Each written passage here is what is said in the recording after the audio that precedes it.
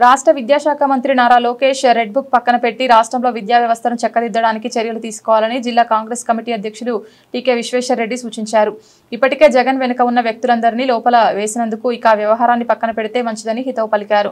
The Rajahmundry press క్లబ్లో శుక్రవారం జరిగిన మీడియా సమావేశంలో ఆయన మాట్లాడుతూ రాష్ట్రంలో విద్యా వ్యవస్థ చాలా దారుణంగా ఉందని, ప్రభుత్వ పాఠశాలల్లో ఉపాధ్యాయులు 1,00,000 నుంచి 1,50,000 జీతాలు తీసుకుంటున్నా విద్యా ప్రమాణాలు అంతంత మాత్రంగానే ఉన్నాయని ఆందోళన వ్యక్తం చేశారు.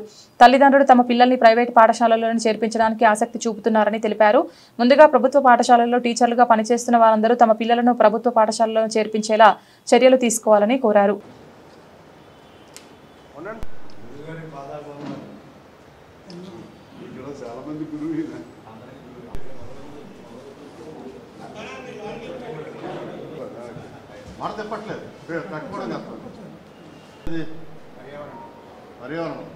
ప్లాస్టిక్ మీరు అడ్డే వస్తే బాగుంటుందేమో.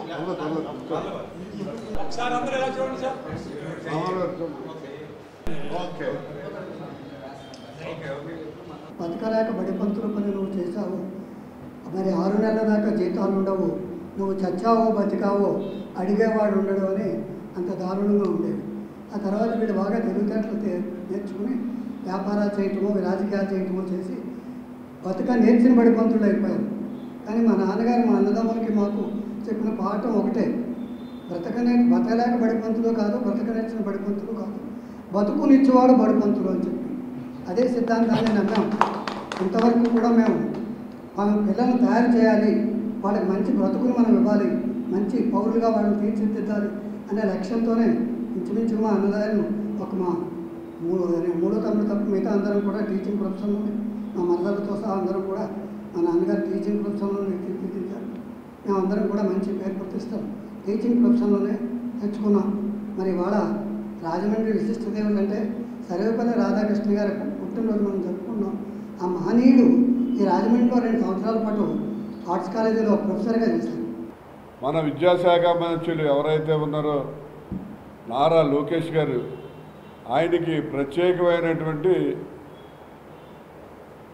ఉపాధ్యాయ దినోత్సవ శుభాకాంక్షలు తెలియజేస్తున్నాం. అయ్యా లోకేష్ బాబు గారు, మీరిక ఆ రెడ్ బుక్ వదిలేయండి.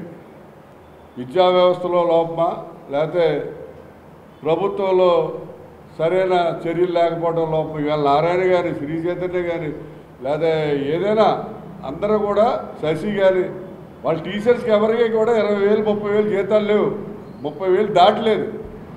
మన గవర్నమెంట్ స్కూల్కి పనికిరాని కప్పల బడిలోకి వెళ్ళినా సరే వాడికి ₹1,00,000 1,20,000 జీతం. మరి కప్పల బడిలో ఎవడో జాయిన్ చేయట్లేదు, అంటే కప్పలు ఉంటాయనేమో మాత్రం ఇక్కడికి క్యూ కట్టేస్తున్నారు. ఇది మన శ్రీ చైతన్యకి నారాయణకి ఇట్లా క్యూ కట్టేస్తున్నారు. ఎందుకు ఈ వ్యవస్థలో ఏంటి లోపం మీకు కనుక్కోండి, రెడ్ బుక్ పక్కన పెట్టండి, అది కనుక్కుని విద్యా వ్యవస్థను బాగు చేయండి. పిల్లలందరూ కూడా తల్లిదండ్రులు ఫస్ట్ గవర్నమెంట్ స్కూల్స్కి ప్రిఫరెన్స్ ఇచ్చేలాగా, గవర్నమెంట్ స్కూల్లో సీటు లేదనే పరిస్థితి వచ్చేలా చేయండి మీరు. అప్పుడు మీరు విద్యాశాఖ మంత్రి అవుతారు.